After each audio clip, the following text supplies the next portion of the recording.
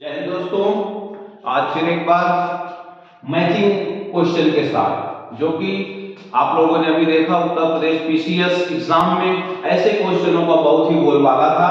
साथ ही अब आगे देख रहे हैं कि आरओ का भी एग्जाम लगा है। इसी के मद्देनजर रखते हुए मैंने आज मैचिंग के कुछ क्वेश्चन आप लोगों के लिए लेके आया हूं, जो आपके एग्जाम के लिए, चाहे वो आने वाला पीसीएस हो, चाहे वो आरओ हो, बहुत ही उपयोगी होगा। तो शुरू करते हैं आज का मैचिंग क्वेश्चन। सबसे पहले क्वेश्चन नंबर 1 पे दिया हुआ है स्थापत्य और निर्माणकर्ता।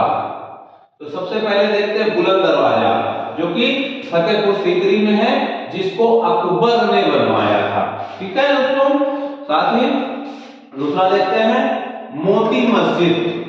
जैसा कि हम जानते हैं कि आगरा में ताजमहल है, उसी के बगल में ही शाहजहां ने मोती मस्जिद का भी निर्माण कराया था। साथ ही देखते हैं एतमादुद्दौला का मकबरा, जिसका निर्माण नूरजहां ने कराया था।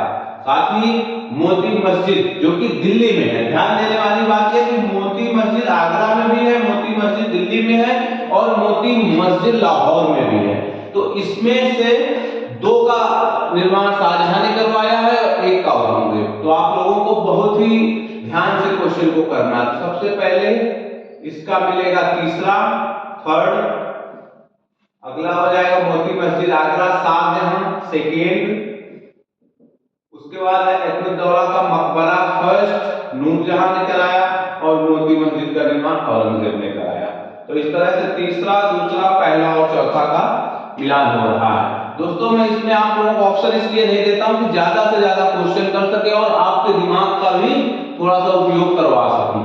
अगला है राजवंश और उसके संस्थापक। तो दोस्तों सबसे पहले देखते हैं कि हमें आता कौन सा है। तो अगर हम जैसे देखें अहमदनगर, तो मलिक अहमद। साथ ही गोलकुंडा कुली कुतुब खान, जो कि आपने पढ़ा हुआ है, कराना है। अगला है बीदर, अमीर अली बरीद ने किया था। साथ ही बीजापुर का यूसुफ आदिल शाह।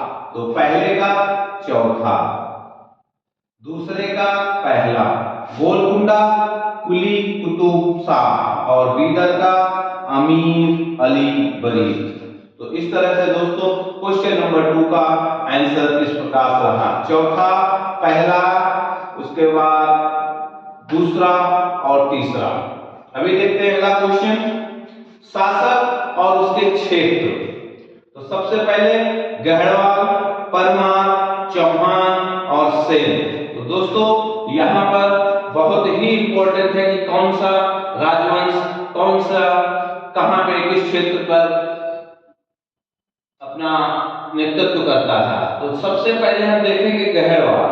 तो जब कन्नौज में 3 राजवंशों ने अटैक किया था, उसके बाद वहां पे सबसे पहले हुआ गहरवाल यानी कन्नौज। उसके बाद परमार। जैसा दोस्तों हम लोग जानते हैं झांसी के आगे वाला जो भी इलाका है उसको मालवा कहा जाता है। और परमार आपको याद करने की एक ट्रिक बता देते हैं। हमारे लेफ्टिनेंट कर्नल एक सुमित परमार साहब हैं, वो भी झांसी से आगे, झांसी के ही रहने वाले हैं। तो आपको वहीं से पता कर लेना चाहिए कि झांसी के आसपास का क्षेत्र मालवा, और मालवा में एक समय परमार राजवंश का नेतृत्व था। साथ ही दोस्तों चौहान, जैसा कि हम जानते हैं पृथ्वीराज चौहान के बारे में, जिनका इलाका अजमेर के तहत आता है। और साथ में ही सेन राजवंश के लिए आप लोगों को याद करने की सबसे अच्छी ट्रिक है सुष्मिता सेन, जो हमारी मिस यूनिवर्स भी रही है। तो अभी भी वहां पे सेन परिवार का बोलबाला है। तो इस तरह से चौथे नंबर का हो जाएगा ऑप्शन ए। तो दोस्तों यहां पर हमने देखा गहरवाल शासक जो था कन्नौज में थे, परमार मालवा में, चौहान अजमेर में और सेन बंगाल में। तो इस तरह से दोस्तों यहां पे शासक और उसके क्षेत्र थे। अगला क्वेश्चन देखते हैं, क्वेश्चन नंबर 4। रचनाएं हैं जो कि पुरानी रचनाएं हैं और उसके रचनाकार हैं दोस्तों। तो सबसे पहले अष्टाध्यायी किसकी है आप लोग बताएं। अष्टाध्यायी है पाणिनि की। महाभाष्य भाष्य है पतंजलि की। इसमें दोस्तों देखने वाली बात है, जो अष्टाध्यायी है वो एक व्याकरण ग्रंथ है और जो महाभाष्य है उसी व्याकरण का भाष्य है।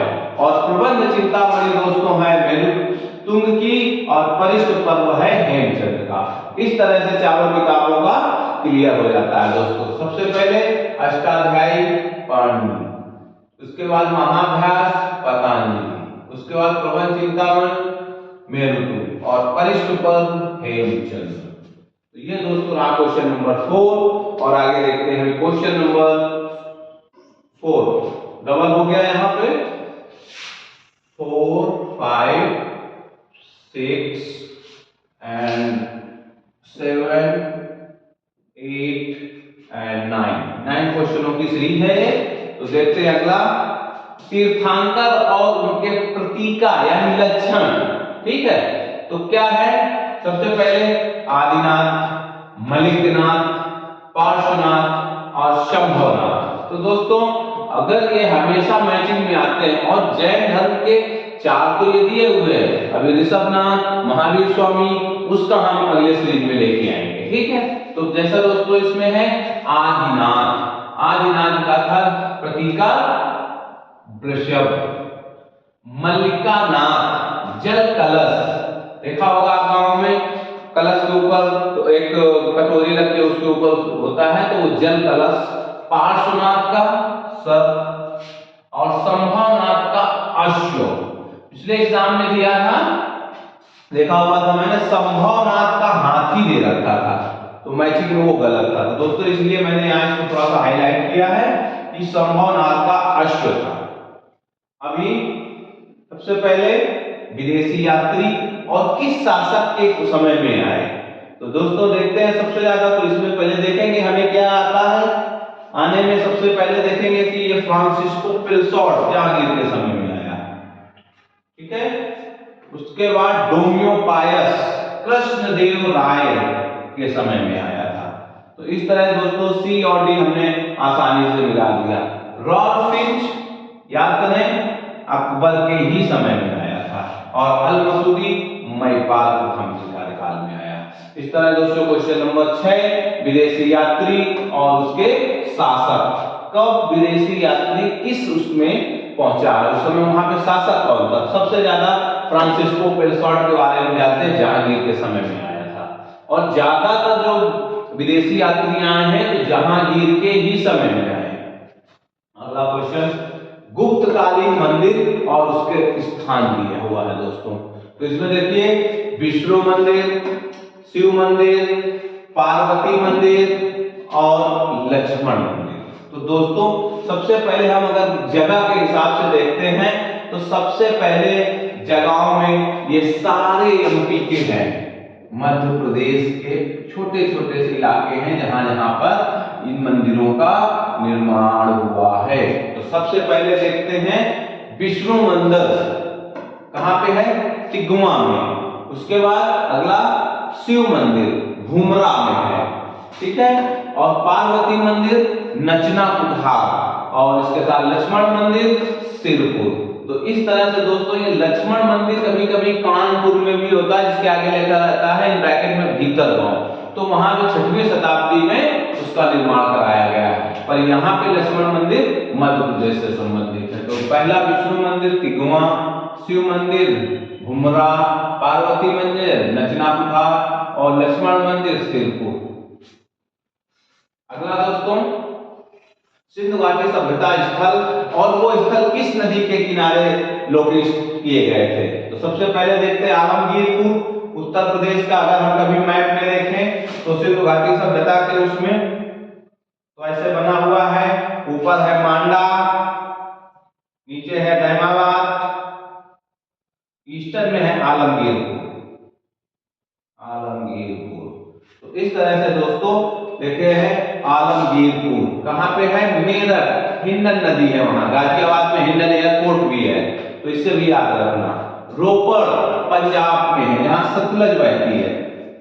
साथ ही अगला कालीबंगा घग्गर रिवर और लोथल में भोगवा नदी है। इस तरह से दोस्तों काफी इजी मैचिंग था, पर अगर आपको नदियों के बारे में नहीं पता है या शहरों के बारे में नहीं पता है तो आप कंफ्यूज हो सकते हैं। साथ ही दोस्तों अगला क्वेश्चन नंबर 9, आज मैचिंग का 9th क्वेश्चन, राजवंश और उसकी राजधानी। हमने चालुक्य राजवंशों के बारे में सुना, ये तो सदन में थे, पर यहाँ लिखा गुजरात के चालुक्य, उसके बाद चेदी, ये भी सदन साइड के ही है, दोनों राजवंश सदन साइड के हैं, मालवा के परमार और शाकुंभरी के चौहान। तो दोस्तों अभी कुछ ही देर पहले आप लोगों को मैंने इसके बारे में थोड़ा बताया था, तो इस तरह इसमें देखेंगे। सबसे पहले मालवा के क्या है, परमार, कहाँ है, मध्य प्रदेश के आसपास, तो जगह धारा, ठीक है। शाकुंभरी के चौहान, जो कि ये लोकेशन कहाँ पे है, अजमेर, और एक मां शाकुंभरी देवी का मंदिर भी है इसके नाम पे, कहाँ है ये, सहारनपुर, यूपी जीके का क्वेश्चन, तो ये भी ध्यान रखिएगा। अगला गुजरात के चालुक्य, बिल्कुल अहिरवाड़, इनकी राजधानी कहाँ थी, अहिरवाड़, और चेदी के कलचरी कहाँ थे, त्रिपुरी में। तो इस तरह से दोस्तों आपके ये 9 के 9 क्वेश्चन बहुत ही इंपॉर्टेंट हैं। आगे आने वाले सीरीज में आपको इन्हीं क्वेश्चनों से रूबरू कराऊंगा, जिससे कि हमने देखा पीसीएस और आरओ में लमसम 20 क्वेश्चन आते हैं इसके। तो इस बार गलती ना करते हुए अगली बार की तैयारी करें और अच्छे से इनको पढ़ें। जहां भी कोई कंफ्यूजन होगा उसको कमेंट बॉक्स में करिए और हम उसका सलूशन करके आपको भेजेंगे। दोस्तों यहीं पे समाप्त करेंगे। जय हिंद।